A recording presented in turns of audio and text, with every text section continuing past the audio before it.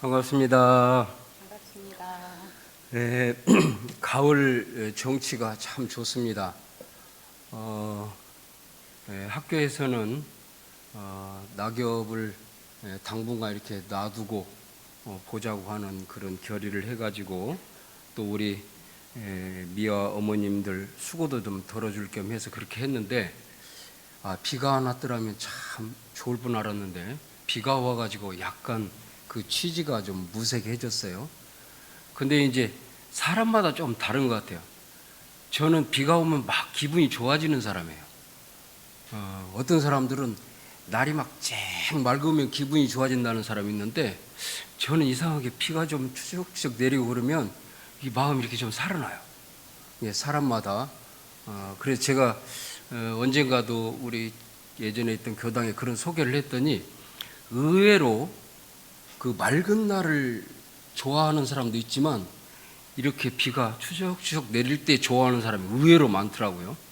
혹시 이 자리에도 맑은 날을 좋아하시는 그런 우리 법우님들이시라면 또 이런 때는 비가 와도 괜찮다 하고 마음을 돌려보는 것도 좋지 않을까 생각이 들어집니다.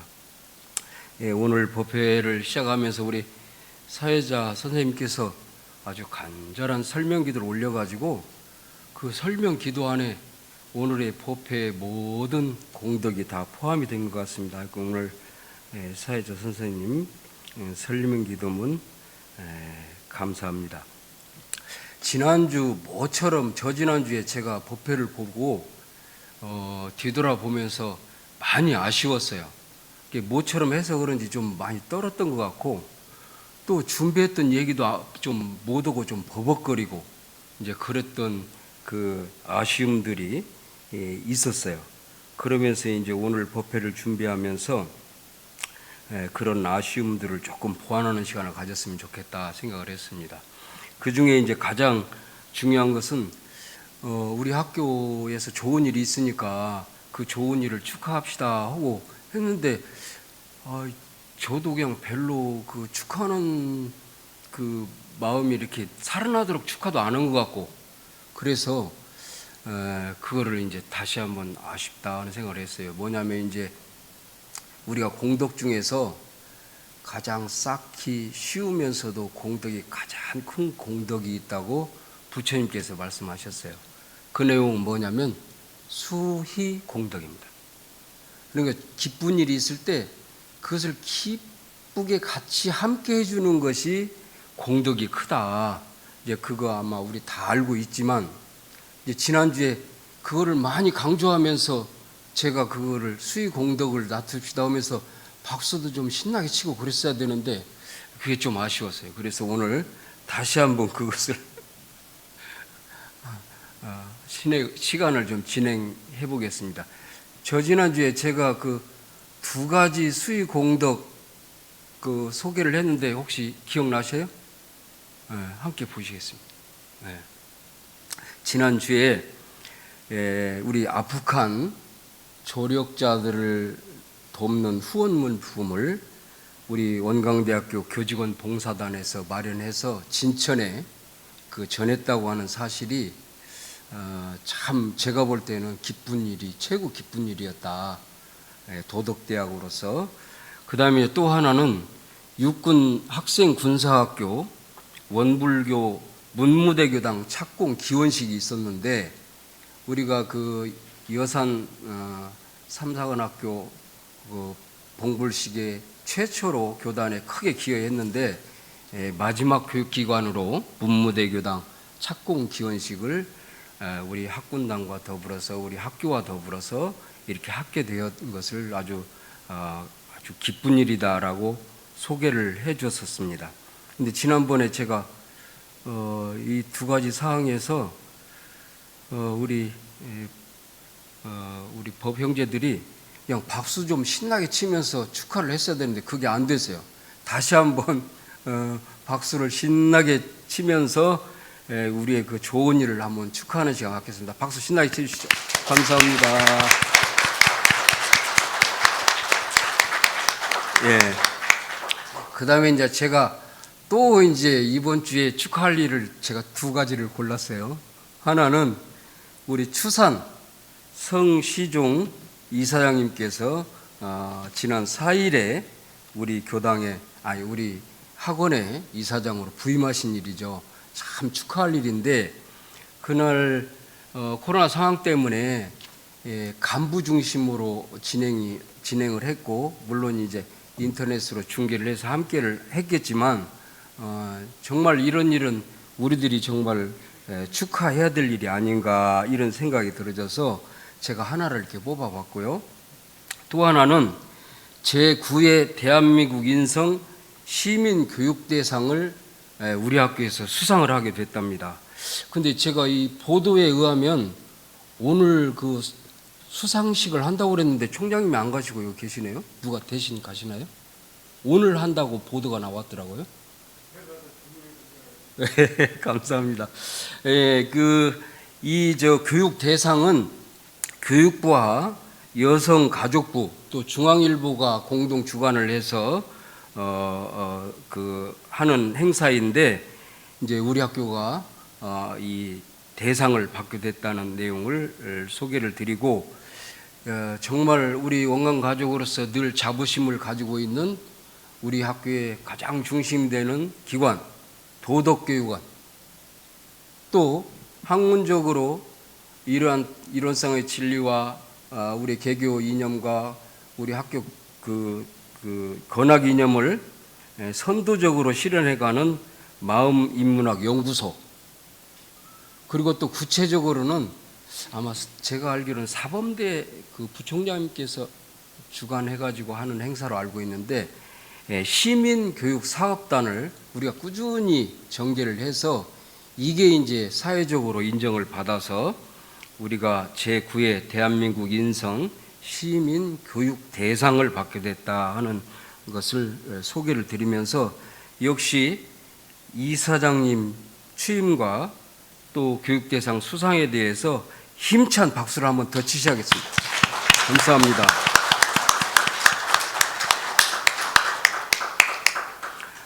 아마 이제 추산 이사장님께서는 이제 적절한 기회에 우리 법영계들과 함께하는 시간이 있을 줄로 믿고 다음으로 넘어가도록 하겠습니다. 저 지난주에 우리 함께한 법영계들에게 지금 상황이 코로나 블루하고 가을철 우울증하고가 이중구가 있는 때다. 그러니까 이때 전문가들이 처방이 첫 번째는 햇볕을 쬐어라. 그리고 두 번째는 규칙적인 운동을 해라. 이제 이런 내용을 소개해 주면서 제가 이제 이 캐시워크 어플 깔아가지고 다들 특히 점심시간에 제가 세 곳 소개해 줬죠. 첫 번째는 점심 식사하시고 총부를 이렇게 한 바퀴 돌으면 정말 좋습니다.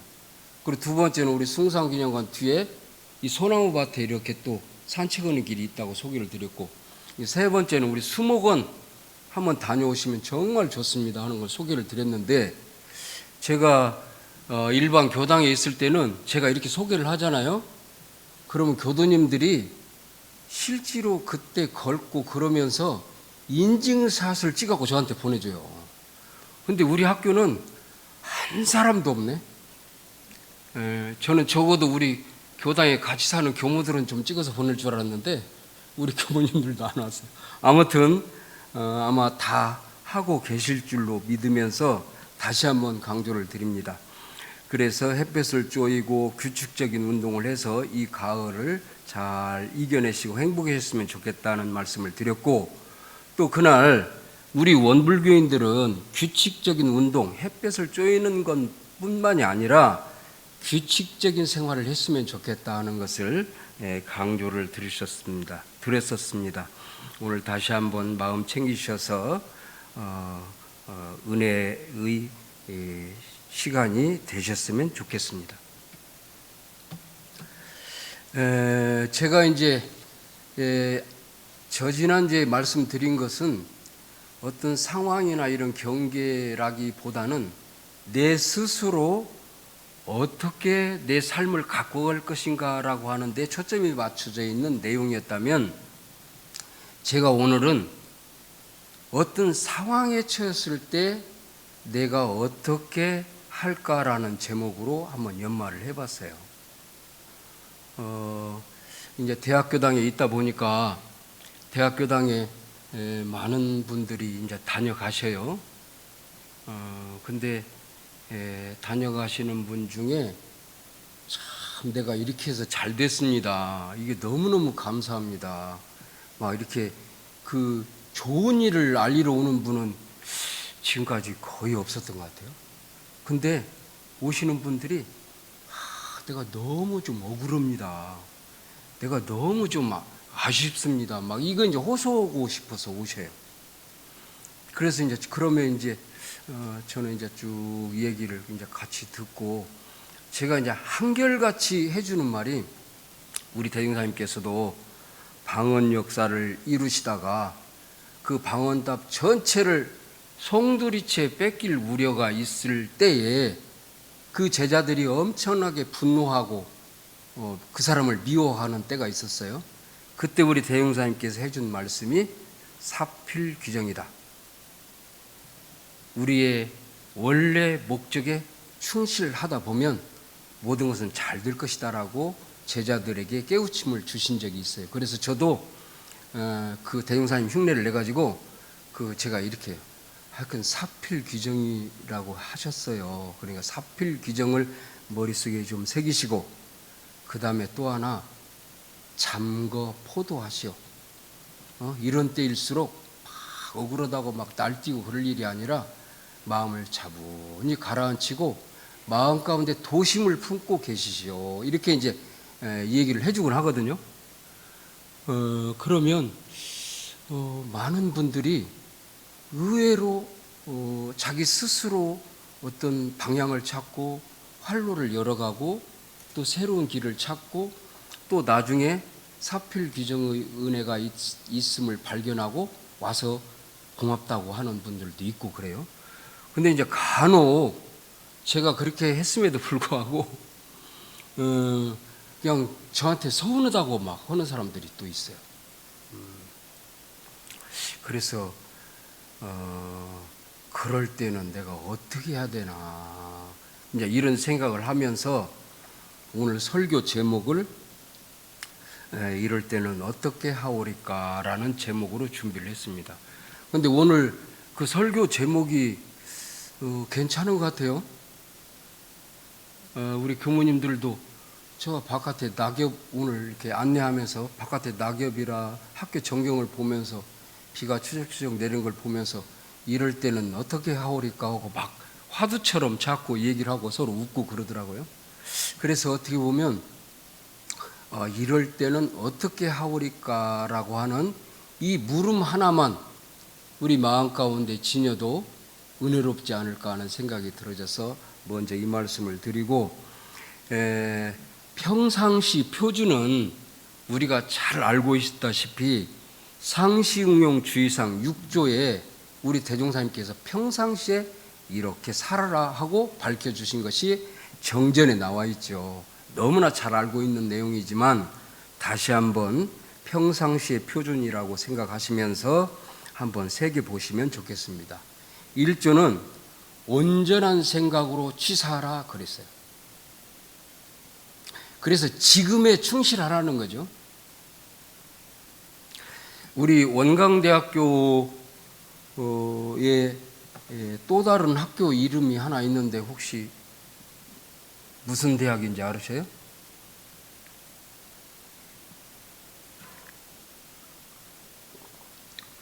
네, 옥치기인지는 몰라도 저는 우리 원광대학교의 또 다른 이름은 도덕대학이다. 도덕하고 원강하고 서로 통합니다. 도덕대학이다. 근데 저는 이제 우리 원불교 이름 있죠. 원불교. 근데 원불교에 또 다른 이름이 있다. 평소에 제가 그렇게 강조를 하고 우리 함께하는 교도님들과 공유하고 그랬었습니다. 그건 뭐냐면 원불교는 지금교다. 원불교는 나중교가 아니고 또 나중에 극락 가고 나중에 천당 가고 뭐 여기 뭐 누구한테 가고 뭐 이런 게 아니고 원불교는 나중교가 아니라 지금교다 이렇게 강조를 하면서 지금을 강조하는 우리 삶을 강조했던 것이 기억이 납니다. 그래서 평상시에 우리 표준은 지금에 충실하는 것이 가장 중요한 표준이다라는 말씀을 드려서 1조에 온전한 생각으로 취사하기를 주의할 것이요 유념을 하셨으면 좋겠습니다. 다음에 두 번째는 2조인데 이거는 미리 연마하라는 거예요. 응용의 형세를 보아 미리 연마하라 그랬어요. 그래서 제가 이제 미리 연마하라는 것은 현실적인 준비를 생각하면서 우리들이 미리 연마하는 거죠. 그 다음에 이제 3조, 4조, 5조는 시간이 있을 때 경전 공부하고 의두 연마하고 자선하라는 내용이거든요. 그래서 2조부터 5조까지는 준비하라는 거예요. 미리 준비하라. 근데 2조는 현실적인 준비를 말씀하신 거예요. 그리고 경전, 의두, 자선 이것은 근본적인 준비다라는 말씀을 드리고 싶어요. 예를 들어서 우리들이 이제 축구 시합을 앞두고 있다면 현실적인 준비를 뭐 해야 되죠? 현실적인 준비로는 이 팀워크를 잘 맞춰야 되고 또 그 팀원들의 컨디션 조절을 잘 해야 되고 또 상대편의 작전이라든지 그 상대편에 대해서 알아보고 이제 이런 것이 현실적인 준비가 되겠죠. 근데 이제 근본적인 준비가 또 있어야 되는데 기본적인 체력을 익힌다든지 또 축구의 아주 가장 기본이 되는 기술을 익힌다든지 이것이 없으면 현실적으로 컨디션을 아무리 조절을 하고 상대편을 아무리 분석을 잘했어도 결국에는 이길 수가 없습니다. 그래서 미리 준비하는 과정이 현실적인 준비가 있고 근본적인 준비가 있다.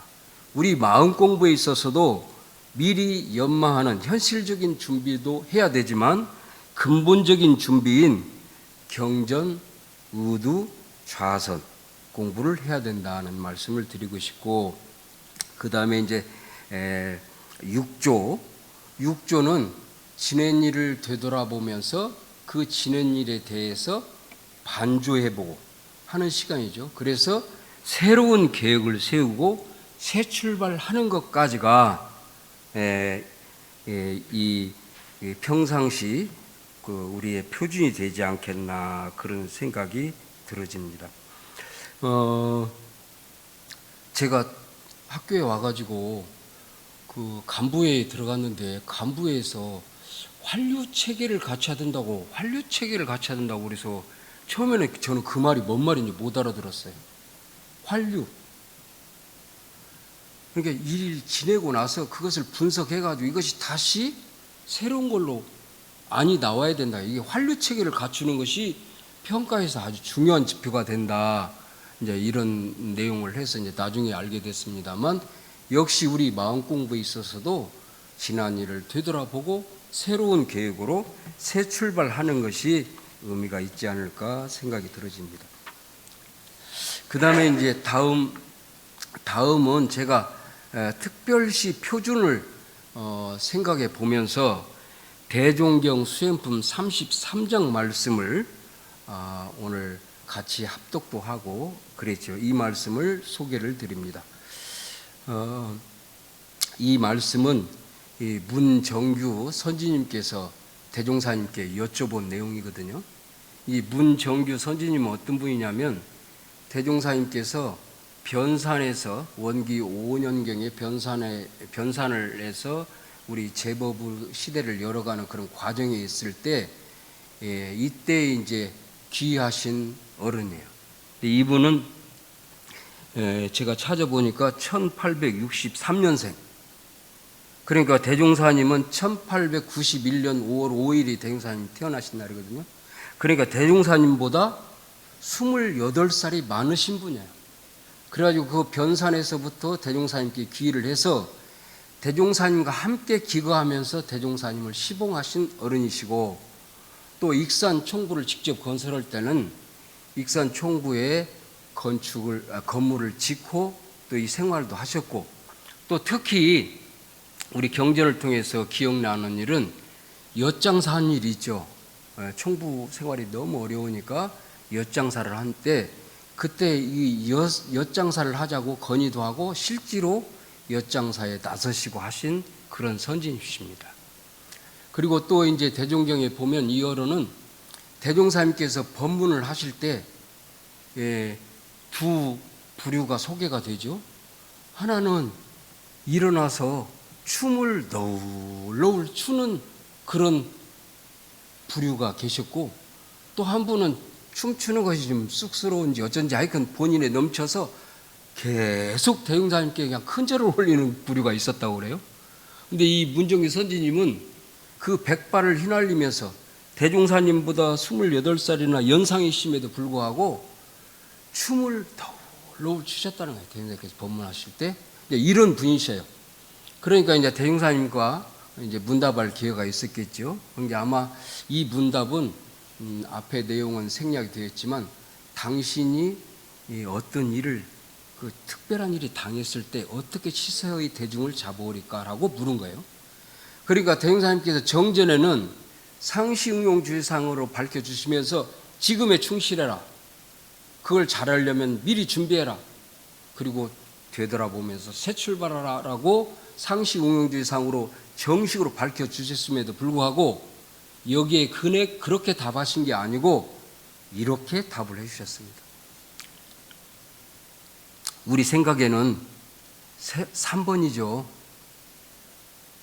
우리 공부인들은 보통.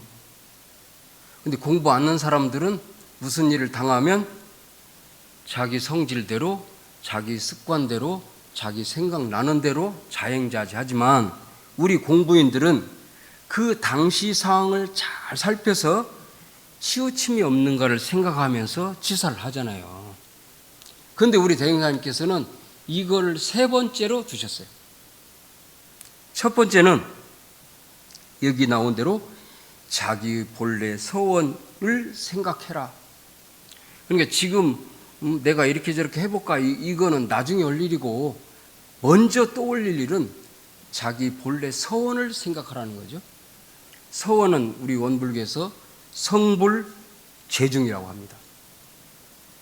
성불재중을 여러 가지 말로 해설을 하지만 저는 이렇게도 해설합니다. 성불이라고 하는 것은 자기 자신을 지독히 사랑하는 것이 성불이다. 재중이라고 하는 것은 우리 이웃을 지독히 사랑하는 것이 재중이다. 이렇게 생각을 해봅니다. 자기 자신을 지독히 사랑하는 것이 성불이고 이웃을 지독히 사랑하는 것이 재중이다. 저는 이렇게 생각도 해보고, 또 하나는 살리는 쪽으로 자기 자신을 살리고 그러면 성불이고 이웃을 살리면 재중이다. 이렇게도 생각해보고 좀 더 현실적으로 해석을 하면 자기 자신을 이롭게 하고 상대를 이롭게 하는 이 성불재중 서원을 대전제로 시작을 해야 된다는 말씀을 소개를 드립니다. 그 다음에는 이 서원을 생각해 본 다음에는 두 번째는 당시 상황 살펴서 이쪽으로 가는 게 아니고 두 번째는 스승님의 가르치는 본의를 생각하는 것이요. 우리 대종사님께서는, 우리 종법사님께서는 어떻게 말씀하셨는가 하고 스승님의 가르치는 본의를 생각해 봐야 한다는 거죠. 근데 저도 이제 이 설교를 하고 원불교 생활을 하다 보니까 무슨 주의를 해야 되냐면, 대종사님께서 정전에 밝혀주신 바도 있지만 대종경이나 또 많은 스승님들의 법문 중에는 조금 앞뒤가 안 맞는 법문도 있어요.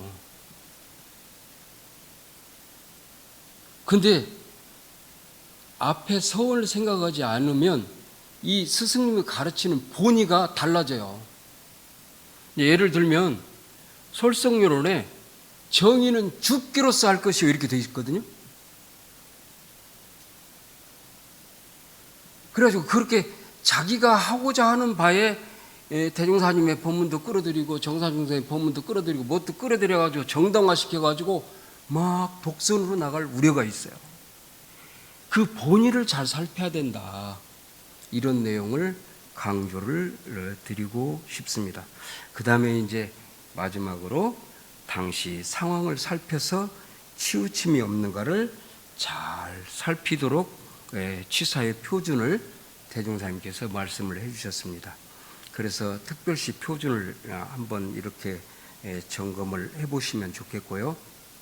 제가 이제 마지막으로 늘 기도하라. 정전 수행편 제9장 심구와 기도장에 늘 심구하고 기도하라고 대종사님께서는 말씀하셨습니다.